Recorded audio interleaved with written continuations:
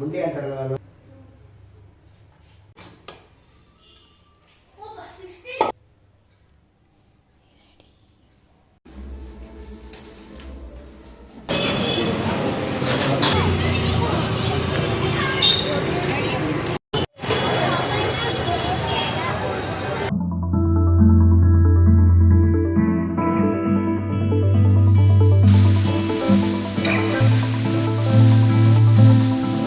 ನಮಸ್ಕಾರ ಎಲ್ಲರಿಗೂ, ನನ್ನ ಯೂಟ್ಯೂಬ್ ಚಾನಲ್ಗೆ ನಿಮಗೆಲ್ಲರಿಗೂ ಸ್ವಾಗತ. ಇವತ್ತು ಸಂಡೇ ಸ್ಪೆಷಲ್.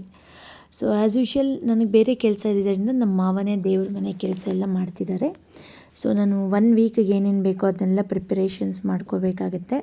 ನನ್ನ ಮಗ ಇವಾಗ ನನ್ನ ಮಗಳನ್ನ ಕರ್ಕೊಂಡು ಸ್ವಿಮ್ಮಿಂಗ್ ಹೊರಟಿದ್ದಾನೆ. ಸೊ ಆ್ಯಕ್ಚುಲಿ ಅವನಿಗೆ ತುಂಬ ಚೆನ್ನಾಗಿ ಸ್ವಿಮ್ಮಿಂಗ್ ಬರೋದರಿಂದ ಅವನು ನನ್ನ ಮಗಳಿಗೆ ಹೇಳ್ಕೊಡ್ತಾನೆ. ಇವತ್ತು ಸಂಡೇಸು ಸಂಜೆ ಇರೋದಿಲ್ಲ, ಬೆಳಗ್ಗೆನೇ ಹೋಗ್ತಿದ್ದಾರೆ. 11 to 12 ಬ್ಯಾಚ್. ಇವಾಗ ಅವ್ರು ವಾಪಸ್ ಬರೋಷ್ಟರಲ್ಲಿ ನನಗೆ 1 ವೀಕಿಗೆ ಬೇಕಾಗಿರೋಷ್ಟು ತರಕಾರಿಗಳು, ಸೊಪ್ಪು ಎಲ್ಲ ತಂದಿಟ್ಕೊಂಡಿದ್ದೆ. ಇದನ್ನೆಲ್ಲ ನೀಟಾಗಿ ನಾನು ರೆಡಿ ಮಾಡಿ ಇಟ್ಕೊಂಡ್ಬಿಟ್ರೆ ನಾನು ಬೆಳಗ್ಗೆ ಬೇಗ ಮನೆ ಬಿಡೋದ್ರಿಂದ ಸೊ ಇದೆಲ್ಲ ನನಗೆ ರೆಡಿ ಇದ್ದರೆ ನನಗೆ ಅಡುಗೆಗೆಲ್ಲ ಯೂಸ್ ಆಗುತ್ತೆ. ಸಂಜೆ ಬಂದು ನಾನು ಹುಡುಕಾಡಷ್ಟಿರಲ್ಲ. ಹಾಗಾಗಿ 1 ವೀಕಿಗೆ ಬೇಕಾಗಿರೋಷ್ಟು ಎಲ್ಲ ತರಕಾರಿ ಸೊಪ್ಪನ್ನು ನಾನು ನೀಟಾಗಿ ರೆಡಿ ಮಾಡಿ ಇಟ್ಕೊಂಡ್ಬಿಡ್ತೀನಿ. ಈ ಹಿಂದೆ ಹೇಳ್ದಂಗೆ ನಾನು ಈ ಬಾಕ್ಸ್ಗಳಲ್ಲಿ ಕೆಳಗಡೆ 1-2 ಟಿಶ್ಯೂ ಪೇಪರ್ ಹಾಕ್ಬಿಟ್ಟು ಸೊಪ್ಪುಗಳು ತರಕಾರಿಗಳನ್ನೆಲ್ಲ ಹಾಕ್ಕೊಂಡು ಅದ್ರ ಮೇಲೊಂದು ಟಿಶ್ಯೂ ಪೇಪರ್ ಹಾಕಿ ಈ ಥರ ಕವರ್ ಮಾಡಿ ಇಟ್ಕೊಂಡ್ರೆ 1 ವೀಕ್ವರೆಗೂ ನಮಗೆ ತುಂಬಾ ಚೆನ್ನಾಗಿರುತ್ತೆ. ಸೊ ಎಲ್ಲ ನಾನು ತರಕಾರಿಗಳನ್ನೆಲ್ಲ ಬಿಡಿಸಿ, ಸೊಪ್ಪುಗಳನ್ನೆಲ್ಲ ಬಿಡಿಸಿ, ತರಕಾರಿಗಳನ್ನೆಲ್ಲ ಜೋಡಿಸ್ಕೊಂಡಾದಮೇಲೆ ನಾನು ಈ ಥರ ಕ್ಲೀನ್ ಮಾಡ್ಕೋತಾ ಇದ್ದೀನಿ. ನನಗೆ ಅಡುಗೆ ಮಾಡೋಕ್ಕೆ ಮುಂಚೆ ಆದಮೇಲೆ ಆವಾಗವಾಗ ಒಂದು 20 ಸಲ ಈ ಥರ ಒರೆಸ್ಕೋತಾ ಇರ್ತೀನಿ. ನನಗೆ ಕ್ಲೀನಾಗಿದ್ದರೆ ನನಗೆ ತುಂಬಾ ಇಷ್ಟ. ಸೊ ಇದಾದಮೇಲೆ ನಾನಿಲ್ಲಿ ತರಕಾರಿಗಳು ಬೀನ್ಸು, ಕ್ಯಾರೆಟು, ಆಲೂಗಡ್ಡೆ ಮತ್ತು ಬಟಾಣಿನ ಈ ಥರ ನೆನೆಸಿಟ್ಕೊಂಡಿದ್ದೆ. ಇದನ್ನು ಇವಾಗ ಮ್ಯಾರಿನೇಟ್ ಮಾಡ್ಕೊಳ್ಳೋಣ. ಮ್ಯಾರಿನೇಟ್ ಮಾಡ್ಕೊಳ್ಳೋದಕ್ಕೆ ಗಟ್ಟಿ ಮೊಸರನ್ನು ತೊಗೊಂಡಿದ್ದೀನಿ. ಸೊ ಈ ಗಟ್ಟಿ ಮೊಸರಿಗೆ ನಾನು ಬೇಕಾಗಿರೋ ಮಸಾಲ ಪದಾರ್ಥಗಳನ್ನೆಲ್ಲ ಆ್ಯಡ್ ಮಾಡ್ಕೋತೀನಿ. ಅದಕ್ಕೆ ಫಸ್ಟ್ ನಾನು ಮೆಣಸಿನ ಪುಡಿನ ಆ್ಯಡ್ ಮಾಡ್ಕೋತೀನಿ. ಇದು ಮನೆಯಲ್ಲೇ ಮಾಡಿರೋಂಥ ಮೆಣಸಿನ ಪುಡಿ. ಸೊ ಇದಕ್ಕೆ ನಾನು ಅರಿಶಿನದ ಪುಡಿ ಸ್ವಲ್ಪ 1 ಸ್ಪೂನಷ್ಟು ಹಾಕ್ಕೋತಾ ಇದ್ದೀನಿ. ಮೆಣಸಿನ ಪುಡಿ 1.5 ಸ್ಪೂನ್ ಹಾಕ್ಕೊಂಡಿದ್ದೀನಿ. ಬಿರಿಯಾನಿ ಮಸಾಲ ನಾನು 1 ಪ್ಯಾಕೆಟ್ ಫುಲ್ ಯೂಸ್ ಮಾಡಿದ್ದೀನಿ. ಗರಂ ಮಸಾಲ 2 ಟೇಬಲ್ ಸ್ಪೂನಷ್ಟು ಯೂಸ್ ಮಾಡಿದ್ದೀನಿ. ಇದಿಷ್ಟು ಹಾಕ್ಕೊಂಡು ರುಚಿಗೆ ತಕ್ಕಷ್ಟು, ಅಂದರೆ ಈ ಮಿಶ್ರಣಕ್ಕೆ ಬೇಕಾಗಿರೋಷ್ಟು ಉಪ್ಪನ್ನು ಮಾತ್ರ ಹಾಕ್ಕೊಂಡು ನಾನು ಕ್ಲೀನಾಗಿ ಅದನ್ನ ಮಿಕ್ಸ್ ಮಾಡ್ಕೋತೀನಿ. ಇದೆಲ್ಲ ನೀಟಾಗಿ ಮಿಕ್ಸ್ ಆದಮೇಲೆ ಅದಕ್ಕೆ ನಾವೇನು ತೊಳೆದಿಟ್ಕೊಂಡಿದ್ವಿ ತರಕಾರಿಗಳು ಅದನ್ನೆಲ್ಲ ಹಾಕ್ಕೊಂಡು ಮಿಕ್ಸ್ ಮಾಡಿಕೊಂಡು ಮಿನಿಮಮ್ ಒಂದು 45 ಮಿನಿಟ್ಸ್ ಆದರೂ ಇದನ್ನ ಮ್ಯಾರಿನೇಟ್ ಮಾಡಿಕೊಂಡ್ರೆ ತುಂಬ ಚೆನ್ನಾಗಿರುತ್ತೆ ಅದರ ಟೇಸ್ಟು. ಅಕಸ್ಮಾತ್ ಕೆಲವೊಬ್ಬರು ಇದಕ್ಕೆ ಪನ್ನೀರನ್ನು ಕೂಡ ಹೀಗೆ ಸೇರಿಸ್ಕೊಂಡ್ಬಿಡ್ತಾರೆ.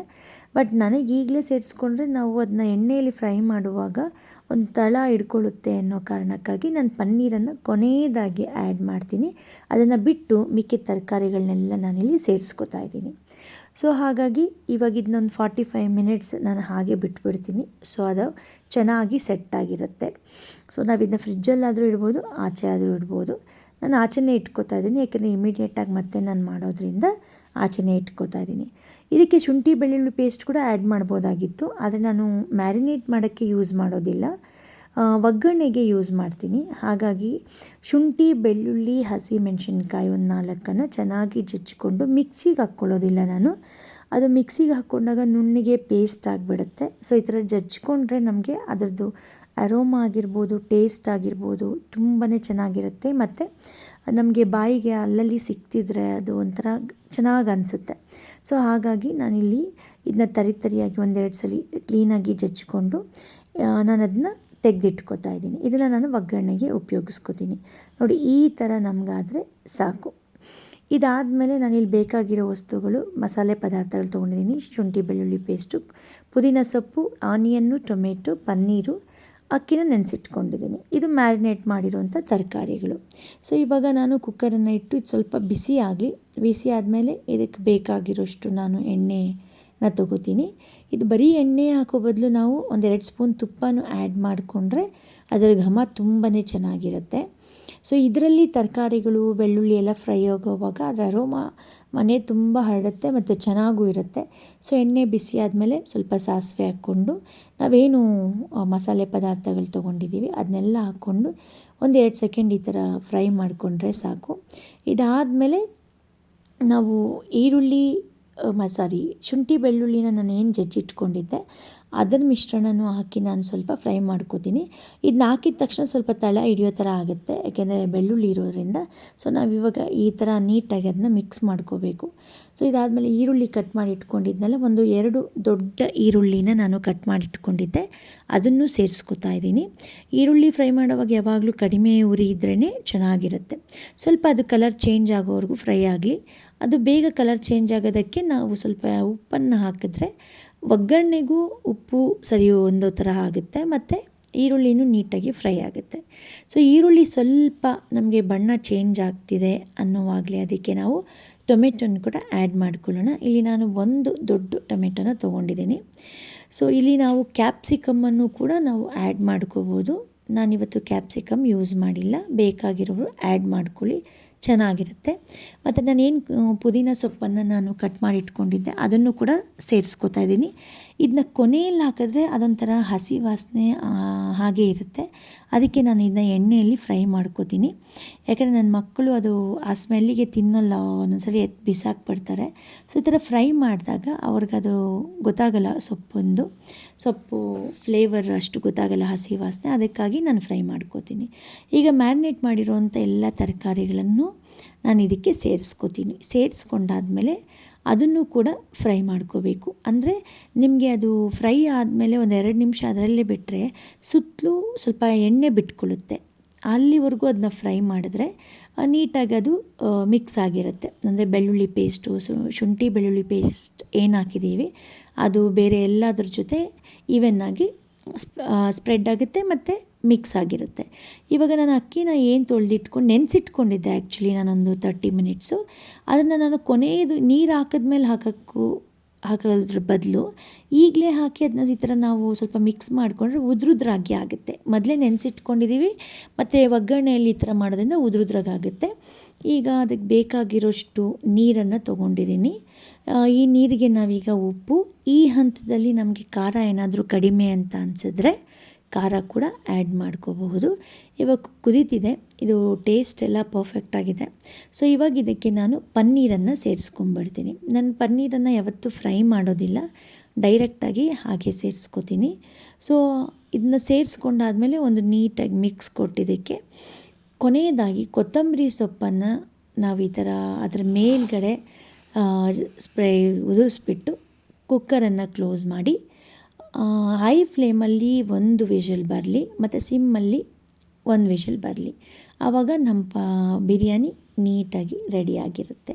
ಸೊ ಇವಾಗ ಎಲ್ಲ ಹಾಕಿದ್ದಾಯಿತು. ಕೊತ್ತಂಬರಿ ಸೊಪ್ಪು ಕೊನೆಯದಾಗಿ ಹಾಕ್ಕೋತೀನಿ. ಅದಾದಮೇಲೆ ಕುಕ್ಕರ್ ಕ್ಲೋಸ್ ಮಾಡಿ, ನಾನು ಹೇಳಿದ್ನಲ್ಲ 2 ವಿಷಲ್ ಬಂದರೆ ಸಾಕು. ಈಗ ನಾವು ಯಾವುದೇ ಕಾರಣಕ್ಕೂ ಉರಿ ಜಾಸ್ತಿ ಮಾಡಬಾರ್ದು, ಮಾಡಿದ್ರೆ ಅದು ಸೀದೋಗುತ್ತೆ ಕೆಲವೊಂದು ಸಲ. ಅದೇ ಹೈ ಫ್ಲೇಮಲ್ಲಿ 1 ವಿಷಲ್ ಬರಲಿ, ಸಿಮ್ಮಲ್ಲಿ ಅಂದರೆ ಮೀಡಿಯಮ್ ಇದ್ದಾಗ 1 ವಿಷಲ್ ಬರಲಿ, ಆವಾಗ ನೀಟಾಗಿ ಆಗಿರುತ್ತೆ. ಸೊ ಇವಾಗ ನನ್ನ ಮಕ್ಕಳಿಬ್ರು ಸ್ವಿಮ್ಮಿಂಗ್ ಮುಗಿಸ್ಕೊಂಬಂದರು.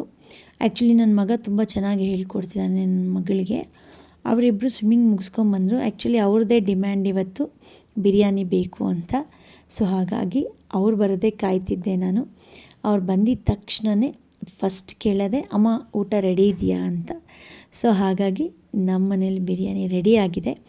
ಅದು ಓಪನ್ ಮಾಡಿದ ತಕ್ಷಣ ನಿಮಗೆ ಅದರದ್ದು ಟೆಕ್ಸ್ಚರ್ ಎಷ್ಟು ಚೆನ್ನಾಗಿರುತ್ತೆ ಅಂತೇಳಿದರೆ, ಅದರ ಪರಿಮಳ ಇರ್ಬೋದು ಅಥವಾ ಉದ್ರುದ್ರಾಗಿರುತ್ತೆ, ತುಂಬಾ ಚೆನ್ನಾಗಿರುತ್ತೆ. ನೀವು ಒಂದ್ಸಲಿ ಈ ಸಿಂಪಲ್ ಆಗಿರೋಂಥ ಬಿರಿಯಾನಿ ರೆಸಿಪಿನ ನಿಮ್ಮ ಮನೆಯಲ್ಲೂ ಕೂಡ ಒಂದ್ಸಲಿ ಟ್ರೈ ಮಾಡಿ, ಹೇಗೆ ಬಂತು ಅಂತ ನನಗೆ ಕಮೆಂಟ್ ಬಾಕ್ಸಲ್ಲಿ ತಿಳಿಸಿ. ಸೊ ಹೀಗೆ ನಾನು ಈ ರೀತಿ ನನ್ನ ಮಕ್ಕಳಿಗೆ ಬಿರಿಯಾನಿನ ಸರ್ವ್ ಮಾಡಿದ್ದೀನಿ. ಆರಾಮಾಗಿ ಒಂದು ಪುನೀತ್ ರಾಜ್ಕುಮಾರ್ದು ಯಾವುದೋ ಮೂವಿ ಹಾಕಿದ್ರು, ಅದನ್ನ ನೋಡಿಕೊಂಡು ಎಲ್ಲರಿಗೂ ಬಡಿಸ್ಬಿಟ್ಟು ಕೊನೆಯದಾಗಿ ನಾನು ಕೂತ್ಕೊಂಡು ತಿಂತಾಯಿದ್ದೀನಿ. ಆರಾಮಾಗಿ ಊಟ ಮಾಡಿದ್ವಿ. ಸೊ ನಾನು ನನ್ನ ಮಗಳು ಸ್ವಲ್ಪ ಹೊತ್ತು ರೆಸ್ಟ್ ತೊಗೊಂಡ್ವಿ. ಎದ್ಬಿಟ್ಟು ಒಂದು ಸ್ಟ್ರಾಂಗ್ ಕಾಫಿ, ನಿಮಗೆಲ್ಲರಿಗೂ ಗೊತ್ತಿದೆ ನಮ್ಮ ಮನೇಲಿ ಎಲ್ಲರೂ ಕಾಫಿ ಪ್ರಿಯರು. ಸೊ ಬೆಳಗ್ಗೆ ಬ್ಲ್ಯಾಕ್ ಕಾಫಿ ಕುಡಿದಿರೋದ್ರಿಂದ ಸಂಜೆ ಕಂಪಲ್ಸರಿ ನಾರ್ಮಲ್ ಕಾಫಿ ಕುಡಿತಾರೆ. ಅದು ಈ ಥರ ಬಿರಿಯಾನಿ, ಪಲಾವ್ ಈ ಥರ ತಿಂದಾಗ ಕಾಫಿ ಕುಡಿದ್ರೆ ತುಂಬ ಚೆನ್ನಾಗಿರುತ್ತೆ. ಸೊ ಇಲ್ಲಿ ನಾನು ಒಂದು ಸ್ಟ್ರಾಂಗ್ ಕಾಫಿನ ಎಲ್ಲರಿಗೂ ಮಾಡಿಕೊಡ್ತಾಯಿದ್ದೀನಿ. ನನ್ನ ಮಗ ಬೇರೆ ಕ್ರಿಕೆಟ್ ಆಡ್ಕೊಂಬಂದಿದ್ದ, ಅವನಿಗೆ ಕಾಫಿ ಅಂದರೆ ಅವನಿಗೂ ತುಂಬ ಇಷ್ಟ. ಅವನಿಗೆ ಬೇರೆ ಏನು ಕುಡಿಯಲ್ಲ ಅವನು. ಕಾಫಿ ಆದರೆ ಡಿಮ್ಯಾಂಡ್ ಮಾಡ್ತಾನೆ ನಂಗೆ ಬೇಕು ಅಂತ. ಸೊ ಬೆಳಗ್ಗೆ ನಾನು ಪೂಜೆ ಮಾಡಿರಲಿಲ್ಲ, ಹಾಗಾಗಿ ಸಂಜೆ ಪೂಜೆ ಮಾಡ್ತಿದ್ದೀನಿ. ಸೊ ಆ್ಯಕ್ಚುಲಿ ನನ್ನದೊಂದು ಗಣೇಶನಿಗೆ ನಾನು ದಿನಾಗಲೂ ಪೂಜೆ ಮಾಡ್ತೀನಿ ಗರಿಕೆ ಹೂವುಗಳಿಂದ. ಈ ಪೂಜೆ ಬಗ್ಗೆ ವಿವರ ಏನಾದರೂ ತಿಳ್ಕೊಬೇಕಂದ್ರೆ ನನಗೆ ಕಮೆಂಟ್ ಬಾಕ್ಸಲ್ಲಿ ತಿಳಿಸಿ. ಇದು ತುಂಬಾ ಒಳ್ಳೆಯದು. ಯಾರಿಗಾದರೂ ಏನಾದರೂ ಹರಕೆ ಇದ್ದರೆ ಈ ಪೂಜೆ ಮಾಡಿದ್ರೆ ಖಂಡಿತ ಅವರಿಗೆ ಒಳ್ಳೆಯದಾಗುತ್ತೆ. ನಮಗಂತೂ ಮಾಡಿದ ಪ್ರತಿ ಸಲ ಒಳ್ಳೆಯದೇ ಆಗಿದೆ. ಸೊ ನಿಮಗೂ ಇದ್ರ ಬಗ್ಗೆ ತಿಳ್ಕೊಬೇಕಂದ್ರೆ ನೀವು ಖಂಡಿತ ನನಗೆ ಕಮೆಂಟ್ ಬಾಕ್ಸಲ್ಲಿ ತಿಳಿಸಿ. ಅದನ್ನ ಹೇಗೆ ಮಾಡೋದು ಅಂತ ಸಪ್ರೇಟಾಗಿ ನಿಮಗೆ ನಾನೊಂದು ವ್ಲಾಗಲ್ಲಿ ತಿಳಿಸ್ತೀನಿ. ಸೊ ಬೆಳಗ್ಗೆ ನನಗೆ ಮಾಡೋಕ್ಕಾಗಲಿಲ್ಲ, ನಮ್ಮ ಮಾವನೇ ಪೂಜೆ ಎಲ್ಲ ಮಾಡಿದರು. ಅದಕ್ಕೆ ನಾನು ಇನ್ನೊಂದು ಸಲ ತುಪ್ಪದ ದೀಪ ಹಚ್ಚಿ ಗಣೇಶನಿಗೆ ಪೂಜೆ ಮಾಡ್ತಿದ್ದೀನಿ. ಯೂಶಲಿ ಷೋಡಶೋಪಚಾರ ಪೂಜೆ ಅಂತ ಹೇಳ್ತಾರೆ. ಅದನ್ನ ನಾವು ದಿನಾಗಲೂ ದಿನನಿತ್ಯದ ಪೂಜೆಯಲ್ಲಿ ಕೂಡ ನಾವು ಅಷ್ಟನ್ನು ಮಾಡಲೇಬೇಕು. ಸೊ ಇಲ್ಲಿ ನಾನು ಗಣೇಶನಿಗೆ ಅರ್ಚನೆ ಮಾಡಿ ಪೂಜೆಯ ಎಲ್ಲ ಮುಗಿಸಿ, ಅಂದರೆ ಕಂಪ್ಲೀಟಾಗಿ ನಾನು ಏನೇನು ಮಾಡಬೇಕಾಗಿತ್ತು ನೈವೇದ್ಯದಿಂದ ಮಂಗಳಾರತಿಯಿಂದ ಬೆಳಗ್ಗೆ ನನಗೆ ಲೇಟ್ ಆಗಿರೋದ್ರಿಂದ ಇವಾಗ ಆರಾಮಾಗಿ ಕೂತ್ಕೊಂಡು ಒಂದು 5:15 5:30 ಆಗಿತ್ತು ಅನಿಸುತ್ತೆ. ಸೊ ಮತ್ತೆ ನಾನು ದೇವಸ್ಥಾನಕ್ಕೆ ಹೋಗಬೇಕಾಗುತ್ತೆ. ಹಾಗಾಗಿ ನಾನು ಬೇಗ ಪೂಜೆನೆಲ್ಲ ಮುಗಿಸಿ ಸಂಜೆ ಹೊತ್ತು ಪೂಜೆ ಮಾಡೋಕ್ಕೂ ತುಂಬಾ ಚೆನ್ನಾಗಿರುತ್ತೆ. ಇವತ್ತು ಮನೆಯಲ್ಲೇ ಇದ್ದಿದ್ದರಿಂದ ಸೊ ನಿಧಾನವಾಗಿ ಪೂಜೆ ಮಾಡಿಕೊಂಡೆ.